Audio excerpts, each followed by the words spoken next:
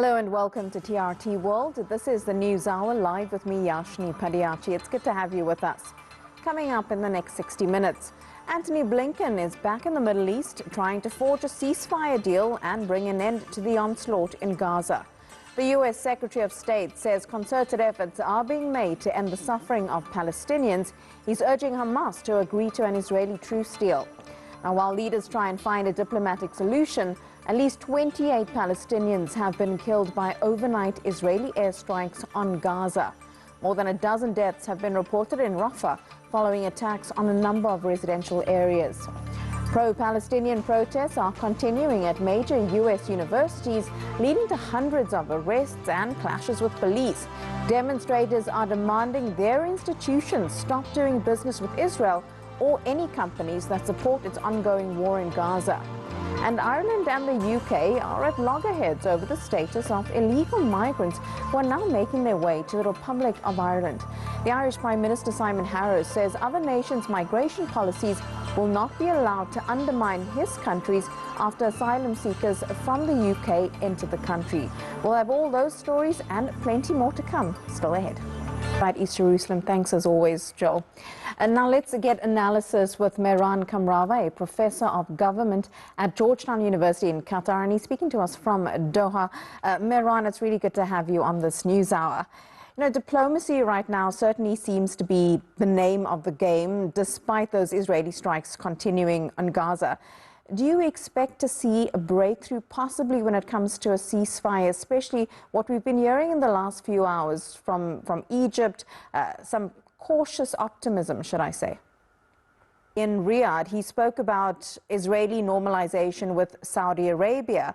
But does Saudi Arabia then also have leverage, because they've said we won't normalize ties until there is a proper solution, a two-state solution for Gaza? So there are many important players here that can use their leverage against Israel.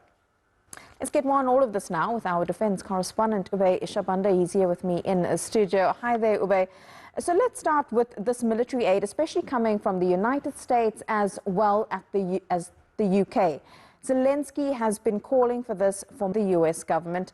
Why is this so important, and what are they going to be getting? Yeah, let's take a look at some of the numbers and why it's so important. With $60 billion, that's the U.S. military aid package going to the Ukrainians. That's going to include anti-tank guided missiles and those crucial 155mm artillery shells. Those are the shells that you see this Ukrainian service member loading up, and ammunition and more Patriot air defense missiles, as well as NASAM air defense missiles, which the Ukrainians were desperate for because they are being bombarded on a daily basis by Russian long-range cruise missiles and kamikaze drones that are striking deep into Ukrainian territory, threatening critical strategic... Talk about that situation, because Ukraine desperately needs this, because it appears that they are losing significantly on the front line. What's it looking like there? Yeah, and that's where the Russian man in an area right outside of Avdiivka, right here in the east, and in Bakhmut simultaneously. So the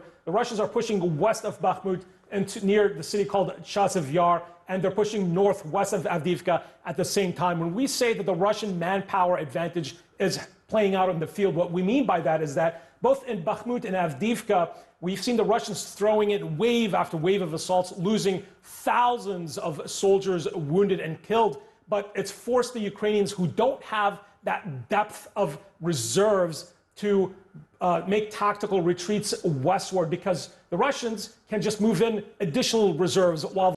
Still to come on this news hour, a thrilling... Welcome back to the News Hour, and you're just in time for a sports update with Robin Adams. And Robin, I think if you're a fan of Premier League football, you may have... Recap the past weekend, and it's been one of those really exciting weekends in a moment. Absolutely.